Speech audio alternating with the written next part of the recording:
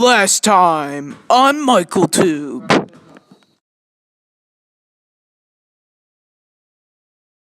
Definitely going to see this one. I obviously can't wait to see this one. 1 hour and 22 minutes later.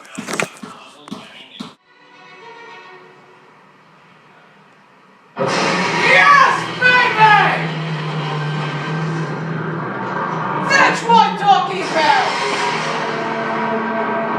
Yes! Yes! Yes! Yes! Yes! Yes! Yes!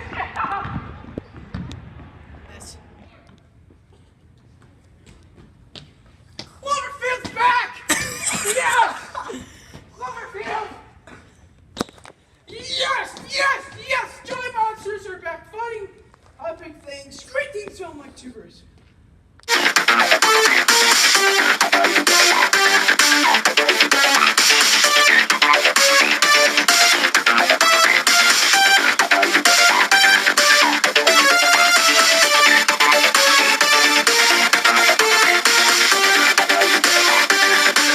So, Michael Tubers.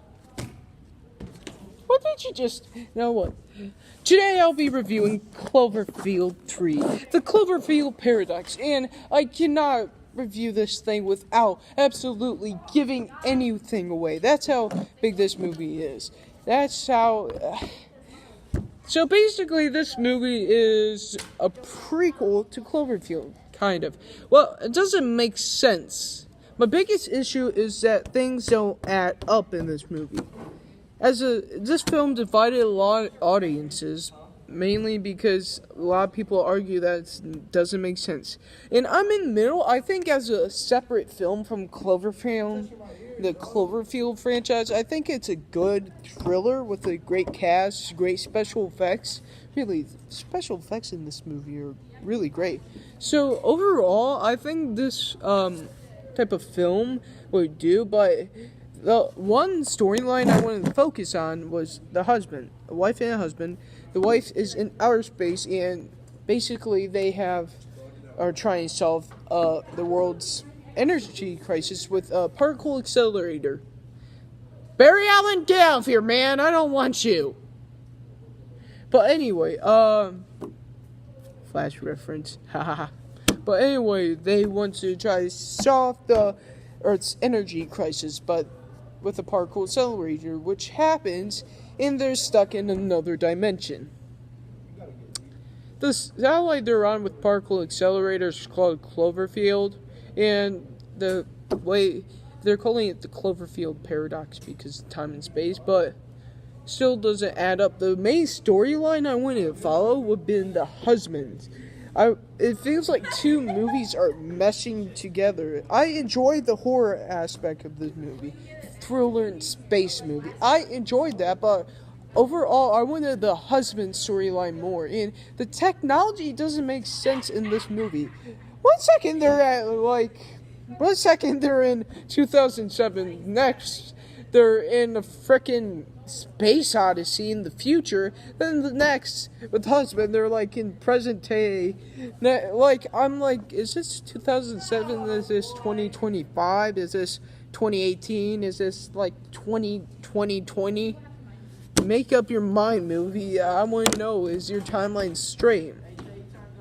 That's why, but the main storyline I really wanted them to follow would be the husband, because he goes on this separate adventure in New York, and the Cloverfield monster is attacking. And I wish they would have followed that storyline more and had a regular satellite, maybe an alien ship could crash there. Subtay, how are you? How's this video going? What are you doing? A review on Cloverfield Paradox. What did you think of the movie? I thought it was pretty good. Yeah. I watched it this morning when I got But up. didn't the timelines clash a bit with, like... Yeah, they did. It's just the timelines don't add up. Do you agree? Yeah, they messed up. And how will we get the world's most powerful accelerator? Wouldn't we have a backup plan for that, too? The movie doesn't add up. And there are things left hanging, like... There is a freaking space station that's coming alive. Net game strong. Get out of here! And would you stop? Come on, Lee. We're trying to...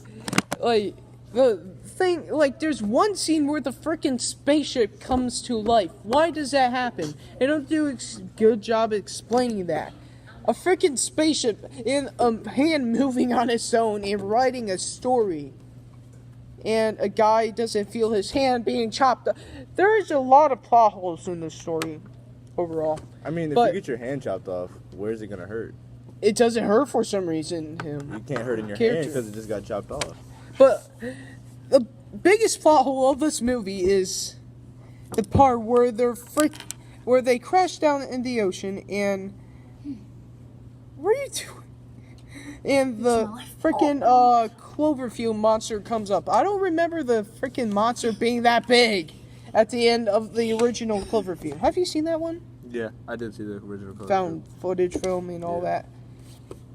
Did nuclear somehow make it explode or something? So overall, I enjoyed the movie. Great cast, but the two plots colliding doesn't make sense. And I really hope there's a sequel because they freaking Rogue One. And the timeline was just messed up. Yeah, There. they freaking Rogue One us. Yeah, that's. It's like when seeing Darth Vader came out and sliced everyone in half. I'm like, but instead they had a giant 50-foot monster come up above the clouds. So overall, I'm going to give this movie a C. Yeah, I know. I'm gonna leave him on red. Great cast, great performances, great special effects, but clashing stories, choppy. Terrible reaction. But yeah, overall, I recommend it. Fuck you do. C is still a good movie. So that's all for this time. What would you give this movie? I give this movie a B-. I was there when that happened.